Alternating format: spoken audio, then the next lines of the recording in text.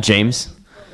So, Richard, you nailed it on the head during your presentation, so I wondered if you might be able to elaborate on it a little bit more. The stepping up from, you kind of contrasted a reason epistemology with mysticism epistemology, and then how that extends up into ethics and politics and gets to what we're talking about.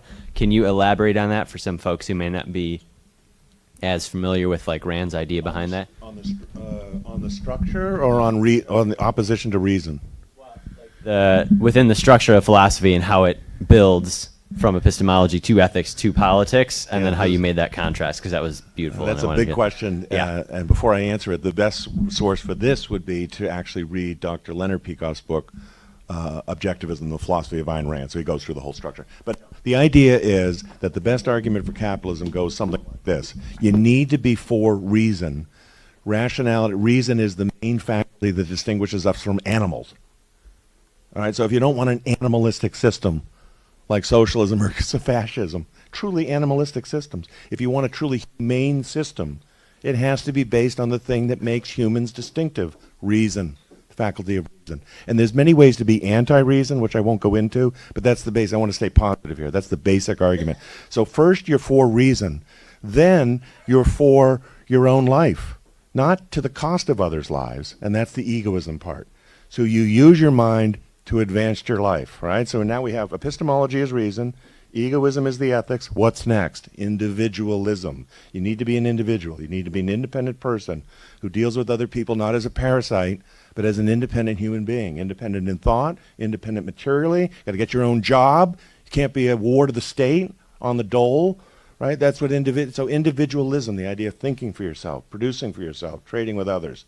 The opposite is collectivism.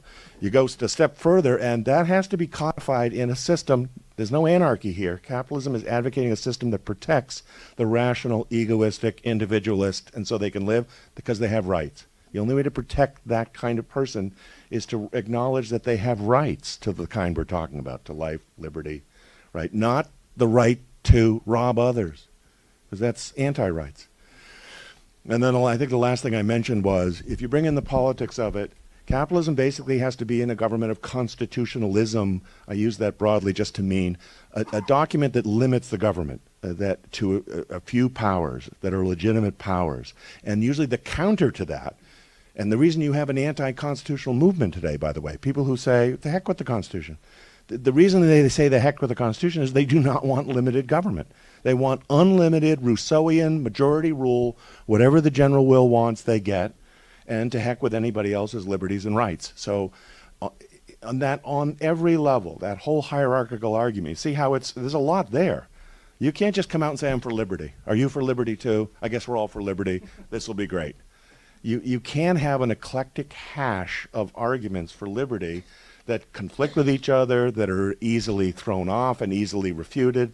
I mean, you can refute some of these arguments in no time if anyone rejects reason, rejects egoism, rejects individualism. If they try to defend liberty while rejecting all its understructure, it's going to collapse. It's not going to work. Does that help?